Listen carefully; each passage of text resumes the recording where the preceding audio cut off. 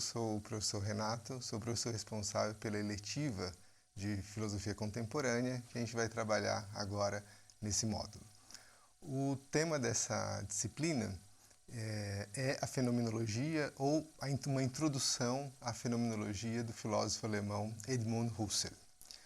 Esse filósofo nasceu e viveu durante o final do século XIX, início do século XX, e é nesse período que as suas obras foram principalmente escritas.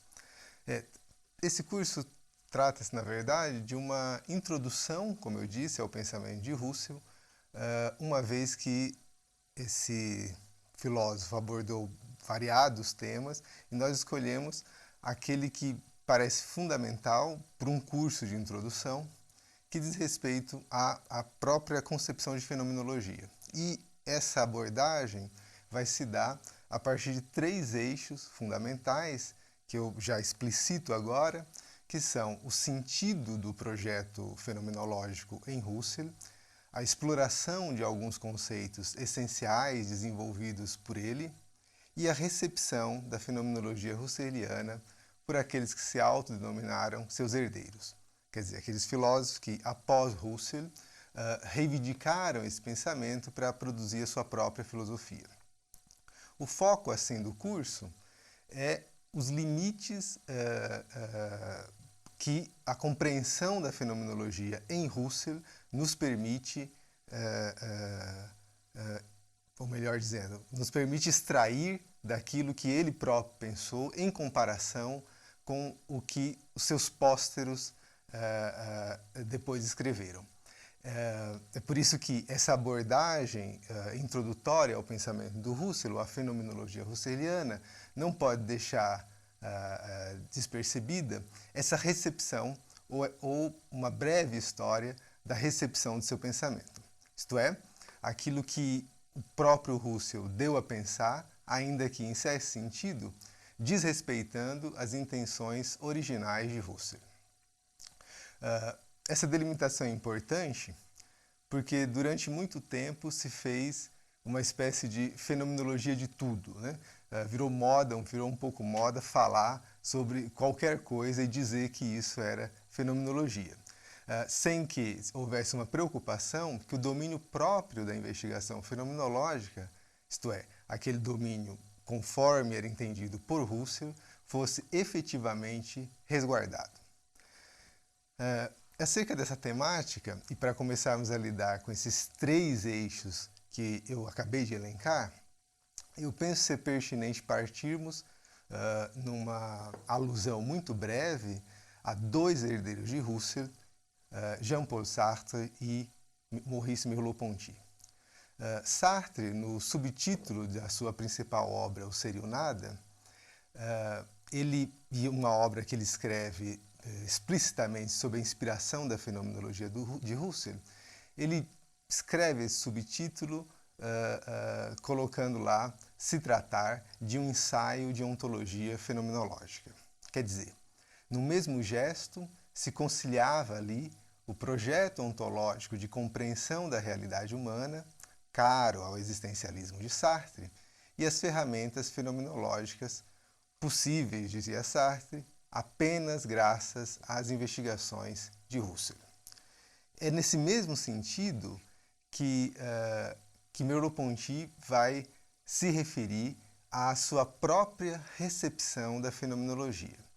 Quando Merleau-Ponty se pronunciou acerca da sua própria trajetória filosófica, lá no final de seus textos, né, lá no Visível e Invisível, no final do seu trabalho, no final da sua vida, ele diz, falando especificamente sobre a fenomenologia da percepção, uma obra que ele escreveu no início da sua carreira filosófica, ele diz se tratar ali não de um texto de psicologia, como muitos leram e como muitos entenderam, mas efetivamente de um tratado de ontologia. Quer dizer, num caso como no outro, em Sartre e em Merleau-Ponty, 2 herdeiros de Husserl, a recepção do pensamento husserliano se deu com esse viés ontológico. Quer dizer, a fenomenologia foi entendida por esses herdeiros, como sendo uma possibilidade, como se fosse a abertura para que se pudesse, uma vez mais, se fazer ontologia.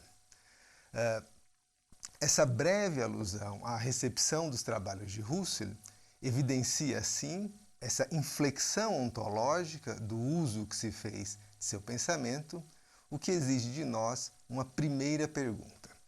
Isto é, se foi isso que esses herdeiros resolveram fazer do pensamento de Husserl, faz sentido tentarmos aquilatar em que essas investigações declaradamente ontológicas se coadunam com o projeto propriamente husserliano de uma fenomenologia da razão.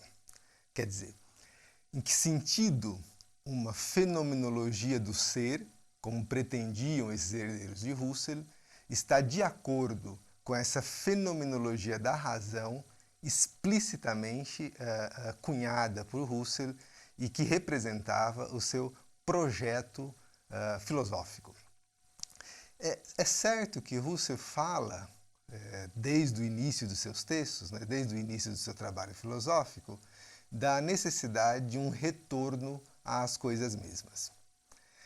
À primeira vista, e numa leitura apressada e até superficial, porque presa excessivamente, bastante presa à letra do lema de Husserl, do retorno às coisas mesmas, esse lema aparentemente se trataria de uma possibilidade de se empreender uma investigação de caráter ontológico. Naquele mesmo sentido, portanto, que Sartre, Merleau-Ponty, Heidegger leram os textos husserlianos. Nesse sentido, a fenomenologia seria uma fenomenologia do ser, quer dizer, uma abertura ou uma reabertura para a possibilidade mesma de se fazer novamente ontologia. O que equivaleria a dizer que a fenomenologia não reconheceria a interdição kantiana de a filosofia ser novamente ontologia em sentido metafísico. Quer dizer, é como se contra o espírito e a letra do projeto kantiano, Husserl reinstaurasse a possibilidade de um projeto metafísico ou de um projeto ontológico. Esse tipo de leitura ela é apressada porque o próprio Husserl se declarava coerente com o idealismo transcendental kantiano, de modo que a pergunta crítica pelas condições de possibilidade era reconhecida com a máxima dignidade filosófica pela fenomenologia nascente. Quer dizer, em algum sentido, Husserl se via como herdeiro dessa linhagem, digamos assim, inaugurada pelo projeto kantiano, e por linhagem essa que interditava qualquer projeto ontológico. É por isso que uma leitura um pouco mais atenta dessas intenções de Husserl pode nos levar, ao contrário, a entender que esse retorno às coisas mesmas, a compreensão desse lema husserliano do retorno às coisas mesmas deve ser entendido como um retorno ao próprio conhecimento. Quer dizer, em vez de ser uma nova possibilidade de se falar sobre as coisas, na verdade Husserl queria dizer com esse lema que era preciso que a filosofia retornasse uma vez mais e reexaminasse o próprio conhecimento, e não exatamente que ela pudesse novamente falar sobre o mundo. E é isso que se trata de investigar, quer dizer, de que maneira a fenomenologia, conforme entendida por Husserl, é sempre fenomenologia da razão e nunca uma fenomenologia do ser. Quer dizer, se nós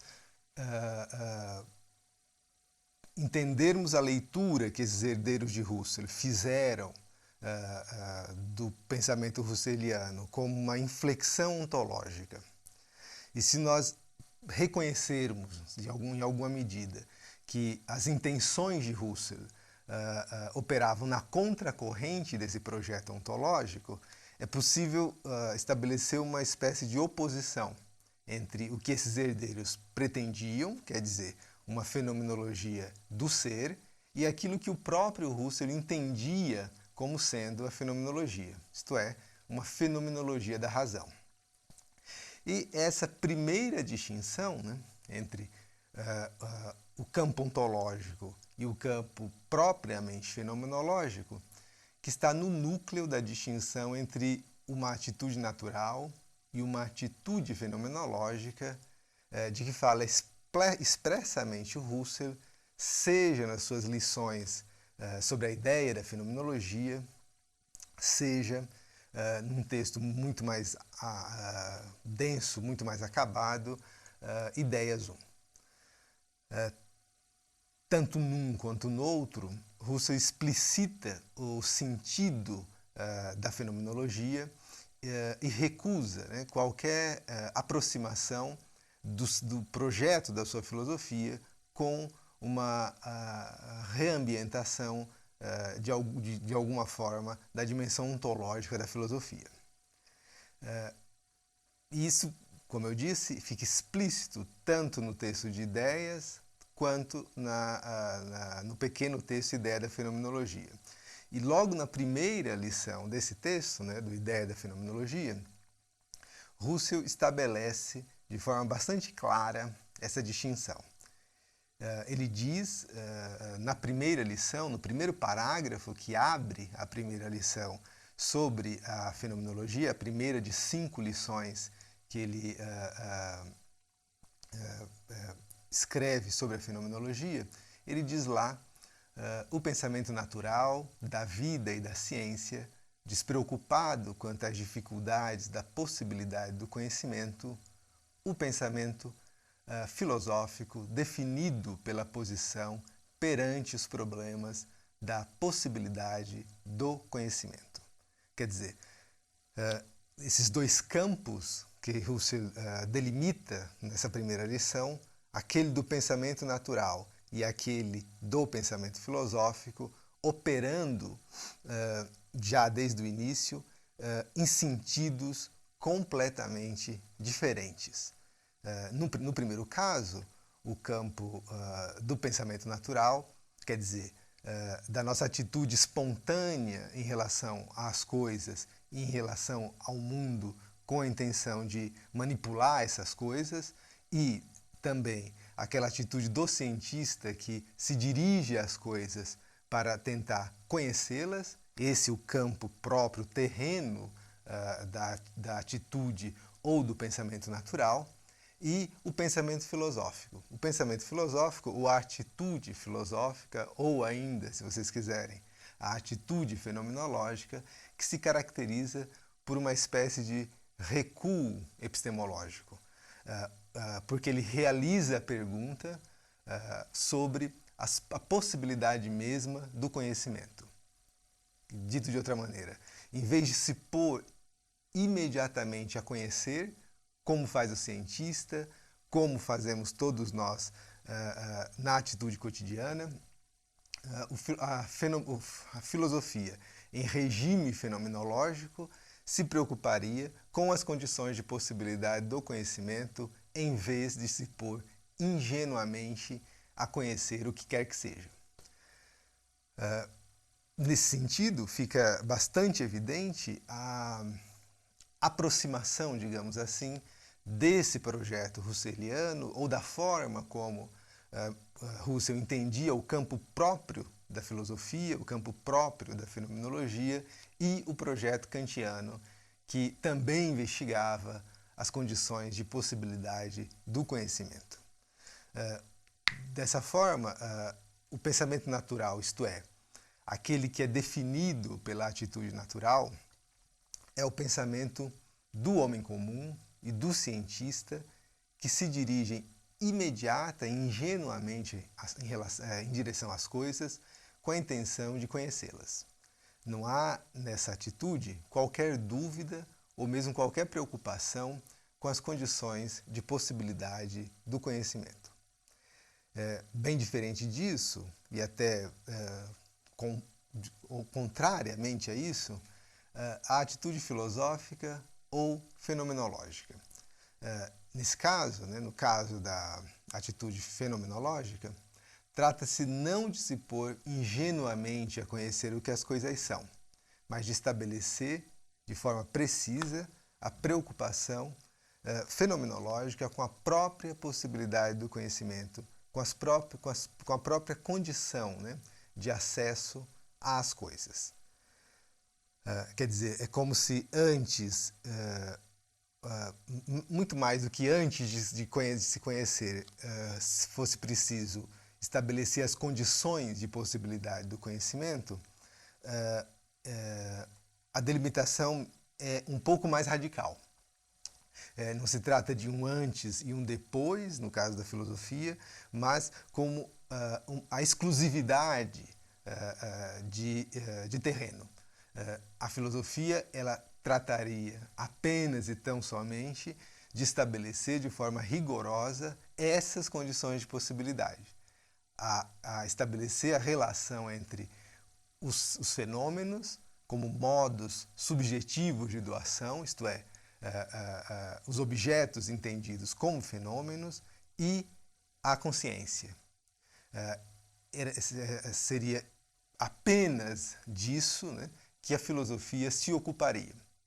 Não se trata, portanto, de uma preocupação inicial que depois daria lugar a uma investigação em sentido natural acerca das coisas, mas de uma preocupação essencial.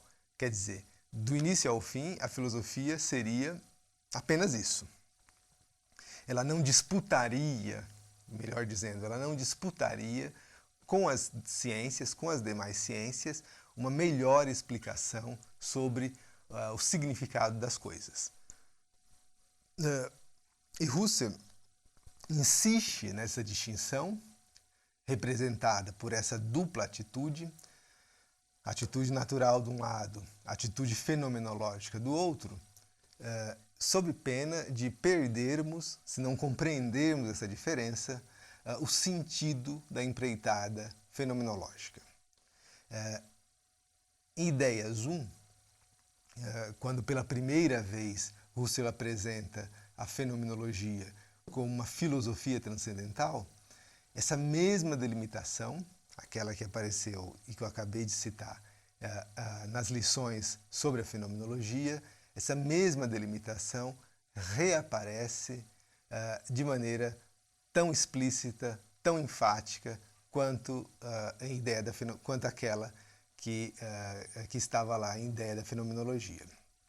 Nesse texto, Ideias 1, Husserl diz, eu cito, a fenomenologia pura, cujo caminho agora queremos encontrar, cuja posição única em relação a todas as demais ciências queremos caracterizar e cuja condição de ciência fundamental da filosofia queremos comprovar, é uma ciência essencialmente nova, distante do pensar natural em virtude de sua peculiaridade de princípio e que, por isso, só em nossos dias passou a exigir desenvolvimento. Quer dizer, uma vez mais, essa diferença ou essa delimitação bastante clara entre o que seria o campo de atuação e de investigação filosófica e aquele campo de atuação e de investigação das demais ciências, ou da atitude natural, essa delimitação fica novamente bastante clara e ela é bastante enfática na letra e no espírito do texto husserliano. O que o Husserl pretende é colocar a filosofia no caminho rigoroso da ciência e, no seu entender, esse caminho é demarcado por uma diferença radical de orientação em relação às demais ciências e aquela atitude que nós todos espontaneamente temos na vida ordinária. Essa diferença de atitude exige a elaboração de um arcabouço conceitual próprio à fenomenologia e do qual eu destaco aqui dois deles, porque são aqueles que são mais importantes, serão mais desenvolvidos, né, ao longo do nosso curso, a noção de intencionalidade e a redução fenomenológica. Quer dizer, se a filosofia se caracteriza por essa nova atitude, por essa diferença fundamental de orientação em relação às ciências da atitude natural, é conveniente que ela se utilize de ferramentas conceituais próprias que permitam que essa delimitação opere de forma precisa, de forma rigorosa. É claro que Husserl vai se utilizar de um conjunto muito maior de conceitos, não se trata apenas de falar de intencionalidade e de redução fenomenológica. Contudo, esses dois conceitos, do ponto de vista de um primeiro contato com a fenomenologia, de uma introdução ao pensamento husserliano, são, a meu ver, os mais significativos. Outros conceitos que, porventura, vocês tenham algum interesse em conhecer, eu penso que que vocês tomarão contato ao longo do curso. E essa noção de intencionalidade, que dizia de forma um pouco grosseira, de forma um pouco genérica, né? Toda consciência é consciência de alguma coisa, né? Quer dizer, marcava imediatamente a relação constitutiva da consciência com o seu objeto intencionado, né? Com o objeto intencional da consciência. Isso é significativo, essa maneira de conceber a consciência é significativa, porque ela esvazia desde o início toda aquela concepção que estava em vigor na época do Husserl, na época em que o Husserl escreve os seus textos, né, que operava por, de alguma maneira, preencher o campo da consciência com representações, né? Como se a consciência, ao conhecer, ela se preenchesse de representações e se tornasse uma espécie de reservatório de representações. A noção de intencionalidade, quer dizer, Husserl, ao dizer toda consciência é consciência de alguma coisa, esvazia esse campo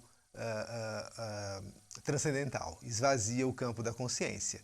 Ele imediatamente lança a consciência em direção ao objeto intencionado, em vez de preencher o campo da consciência de conteúdos, de representações.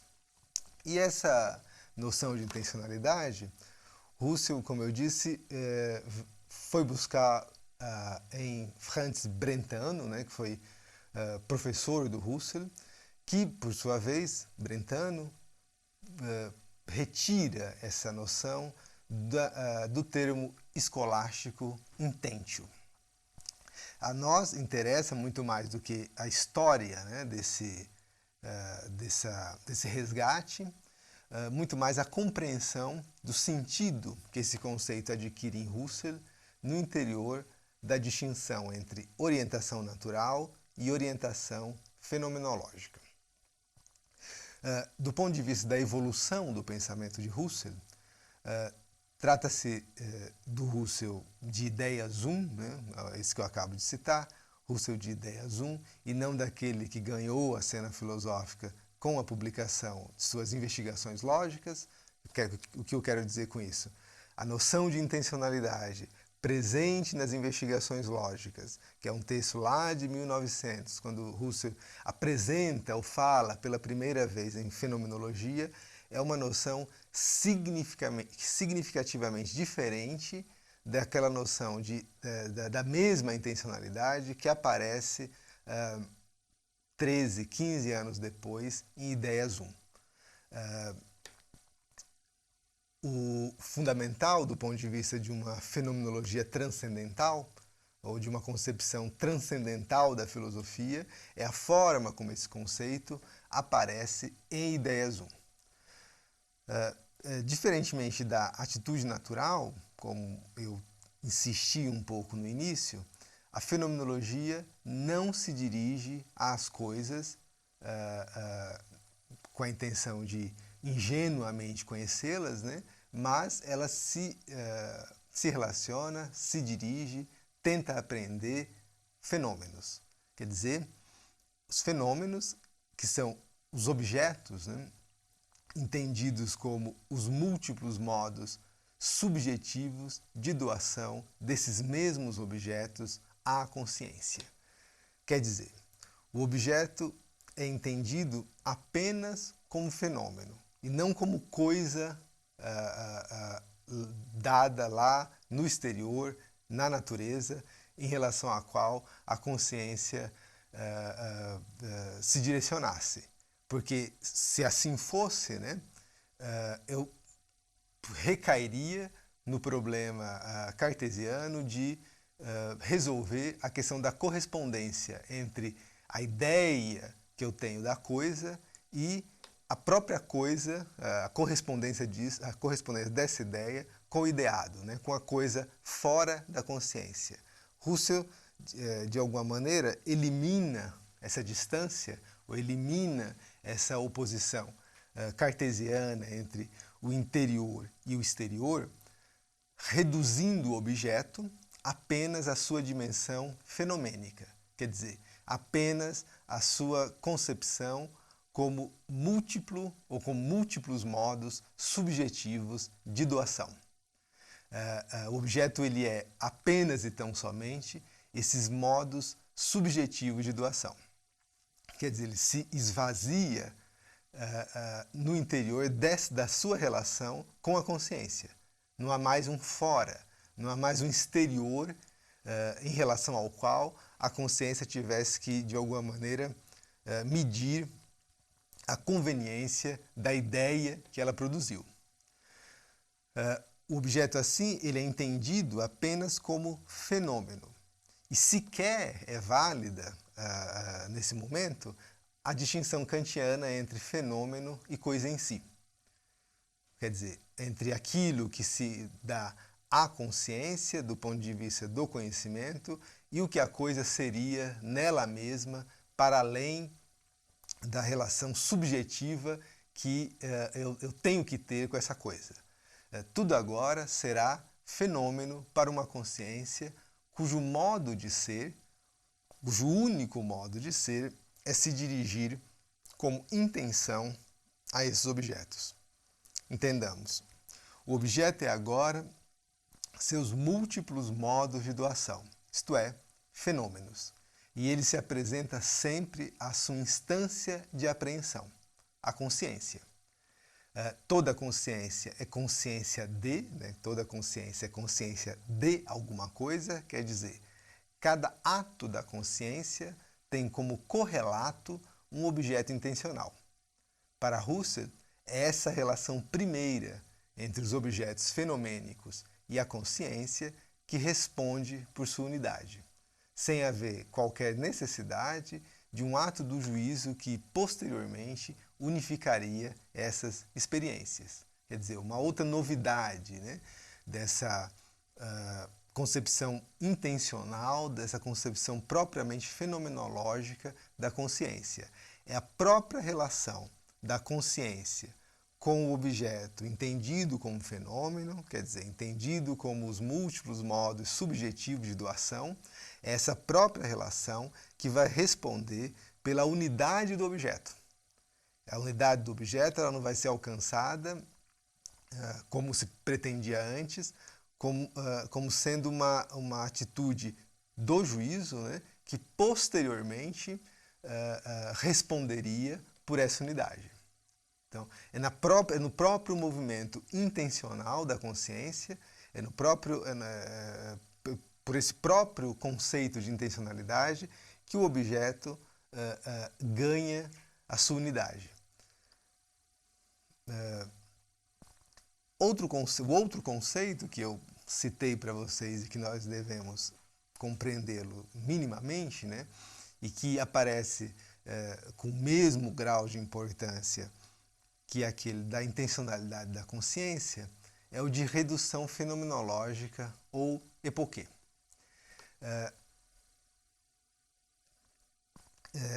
Para Husserl, a fenomenologia opera sempre em regime de redução, sempre em regime de epoquê fenomenológica. Quer dizer, e para retomarmos uma vez mais aquela distinção entre atitude natural e atitude transcendental, ou atitude fenomenológica.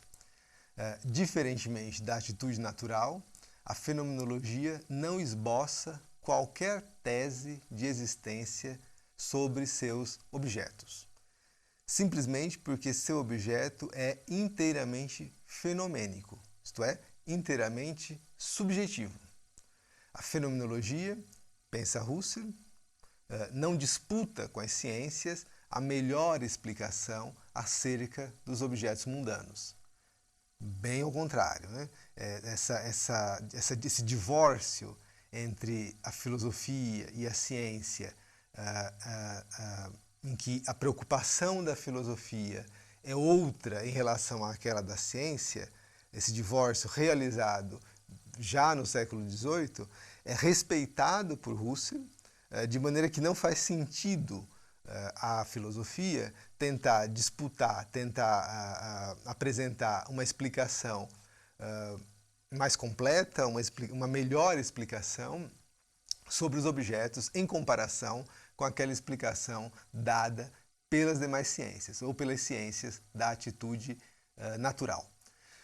Ao contrário, trata-se de aceitar que o próprio território da filosofia é inteiramente outro. A redução fenomenológica, assim, é a colocação do mundo entre parênteses, quer dizer, do mundo em suspenso, né? Eu suspendo qualquer tese posicional acerca da existência do mundo para que só reste o objeto enquanto fenômeno. Quer dizer, o objeto enquanto múltiplo modo subjetivo de doação. Quer dizer, o objeto inseparável da sua relação com a consciência que o apreende. Não faz sentido mais a pergunta que poderia ser formulada da seguinte maneira: o que é o objeto para além da sua relação com a consciência? Essa pergunta, que de alguma maneira poderia ser formulada antes da fenomenologia husserliana, não faz mais sentido aqui. Uma vez que ele distinguiu, separou, delimitou muito rigorosamente, muito radicalmente, os dois campos. Quem vai se ocupar do conhecimento ingênuo das coisas, dos objetos, são as ciências da atitude natural. Não cabe à filosofia, em sentido fenomenológico, operar nesse terreno. É um novo território que Husserl abre para a filosofia, abre para a fenomenologia. Quer dizer, aquela árvore, para pegarmos um exemplo, intencionada pela consciência, em regime fenomenológico de redução, digamos, a consciência perceptiva de uma árvore, né? A consciência de árvore, ela não é mais aquela árvore com suas propriedades físicas e químicas, objeto para as ciências de atitude natural. A árvore intencional, o objeto fenomênico, a árvore, é apenas um dos modos, é apenas a soma infinita dos seus modos subjetivos de doação. Em sentido prático, né, isso significa dizer que essa árvore intencional, que essa árvore fenomênica, ela não queima, não tem propriedades físico-químicas. Ela é inteiramente subjetiva. E essa é a nova condição fenomênica que as fenomenologias do ser, declaradamente herdeiras de Husserl, parecem ter pouco compreendido. Quer dizer, antes da fenomenologia, fazia algum sentido perguntar se a árvore intencionada tinha alguma relação com aquela árvore investigada, por exemplo, pelo biólogo, pelo físico, pelo químico. O que Husserl insiste é que se trata de um modo de relação completamente diferente. De modo que o próprio objeto, a árvore, de que se ocupa a fenomenologia, ele é radicalmente distinto do objeto tal qual visto pelo cientista de atitude natural. E essa forma como ele descreve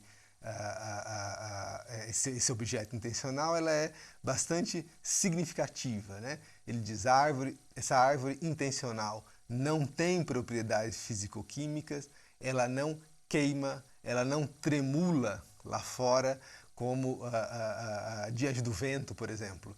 Quer dizer, se trata de um outro objeto, um objeto que deve ser compreendido apenas e tão somente nos seus múltiplos modos subjetivos de doação. E essa distinção, ou melhor, essa separação entre a atitude natural e a atitude fenomenológica, que, de alguma maneira, esses dois conceitos, quer o conceito de intencionalidade, quer o conceito de redução fenomenológica, tentam dar conta, que parece não ter sido completamente compreendido, né, por esses herdeiros de Husserl, para voltarmos ao começo da nossa exposição.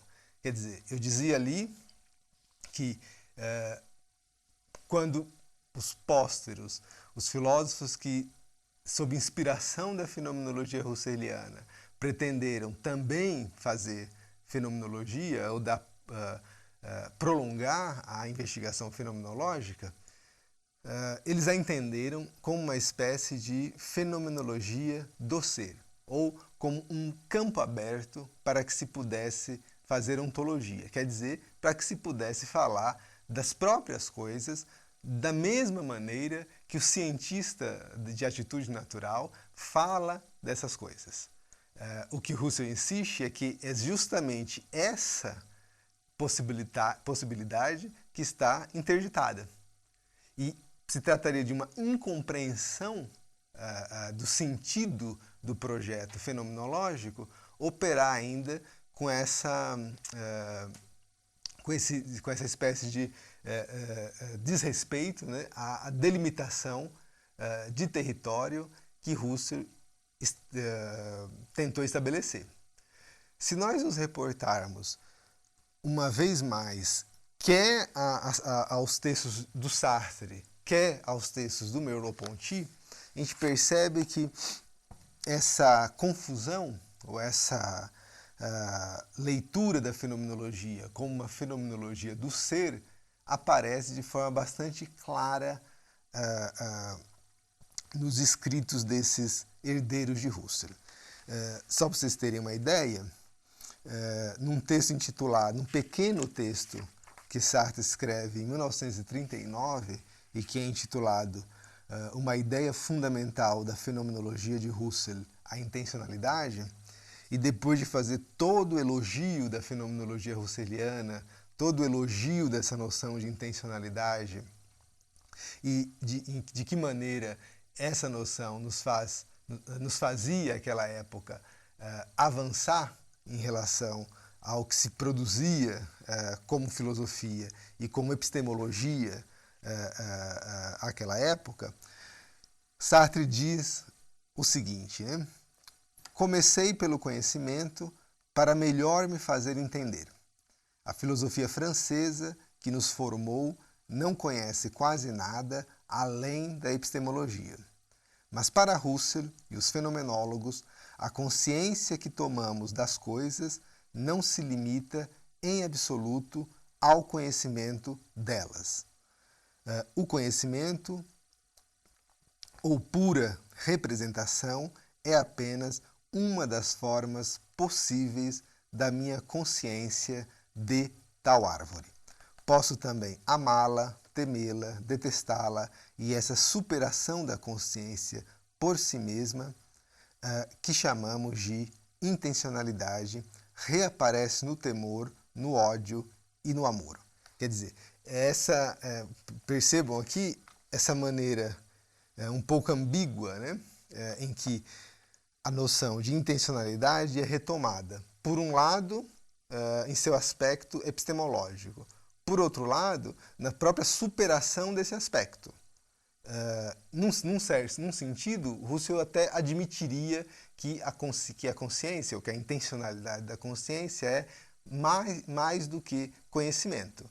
Só que, provavelmente, ele não admitiria essa nova relação que essa tradição fenomenológica procura aqui operar, que é uma reinstauração do discurso filosófico sobre as próprias coisas. Como se eu tivesse novamente autorizado a falar sobre as próprias coisas. Como se o novo discurso filosófico inaugurado por Husserl fosse um discurso que contraria a própria pergunta transcendental, né? A própria colocação da filosofia no campo da questão transcendental, quer dizer, da questão das condições de possibilidade do conhecimento. E é nesse mesmo sentido, né, que caminha o texto de Merleau-Ponty, Maurice Merleau-Ponty, Fenomenologia da Percepção. Já no prefácio desse texto de 1945, Merleau-Ponty vai fazer uma retomada, ou vai fazer a pergunta fundamental pelo que seja a fenomenologia, e essa ambiguidade entre a fenomenologia da razão, como entendia Husserl, e a fenomenologia do ser, como pretende ressignificar a fenomenologia nessa tradição, reaparece com toda a força. Eu cito Merleau-Ponty, ele diz: o que é a fenomenologia? Pode parecer estranho que ainda se precise colocar essa questão meio século depois dos primeiros trabalhos de Husserl. Todavia, ela está longe de estar resolvida. A fenomenologia é o estudo das essências, e todos os problemas, segundo ela, resumem-se em definir essências. A essência da percepção, a essência da consciência, por exemplo. Mas a fenomenologia é também uma filosofia que repõe as essências na existência e não pensa que se possa compreender o homem e o mundo de outra maneira senão a partir de sua facticidade. Quer dizer, e ele continua, né? Merleau-Ponty continua com esse jogo o tempo inteiro, ao longo de todo esse parágrafo, entre o que a fenomenologia é, e ela é, de alguma maneira, aquilo que Husserl dizia que ela era, né? É estudo das essências, é filosofia transcendental, é ambição de ser uma ciência exata, uma ciência rigorosa, e o filósofo Merleau-Ponty estabelece o jogo entre o que ela é e o que ela é também, né? E quando ele vai dizer o que ela é também, a gente percebe o giro existencial. Quer dizer, ela é também uma filosofia que repõe as essências na existência, né? Ela é também uma filosofia para a qual o mundo já está sempre ali. Quer dizer, é como se esses herdeiros de Husserl tivessem deliberadamente recolocado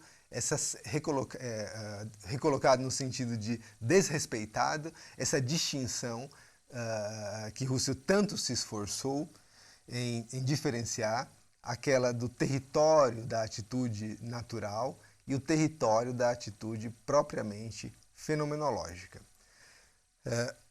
O que eu tentei, de alguma maneira, e muito brevemente, esboçar aqui, é, no sentido, partir dessa leitura dos herdeiros do Husserl, que entendiam a fenomenologia como uma fenomenologia do ser, né, como a reabertura para um projeto ontológico, verificar de que maneira esse tipo de leitura, ou esse tipo de dimensão dada à fenomenologia encontra algum tipo de sustentação na leitura do próprio Husserl, e nós verificamos que aparece ali não uma fenomenologia da razão, pelo menos no sentido explícito, ou melhor dizendo, não uma fenomenologia do ser, pelo menos em sentido explícito, que Husserl atribui ao que ele entende por fenomenologia. Não uma fenomenologia do ser, como queriam esses herdeiros, mas apenas uma fenomenologia da razão. E para explicar um pouco essa diferença entre Husserl e seus herdeiros, eu lancei mão de dois conceitos, a meu ver, fundamentais para a compreensão desse projeto em Husserl: a intencionalidade da consciência e a redução fenomenológica. Então, por enquanto, é isso. Eu espero que vocês tenham um curso produtivo, um bom curso, e fico à disposição para o contato de vocês por e-mail ou no ambiente virtual. Muito obrigado.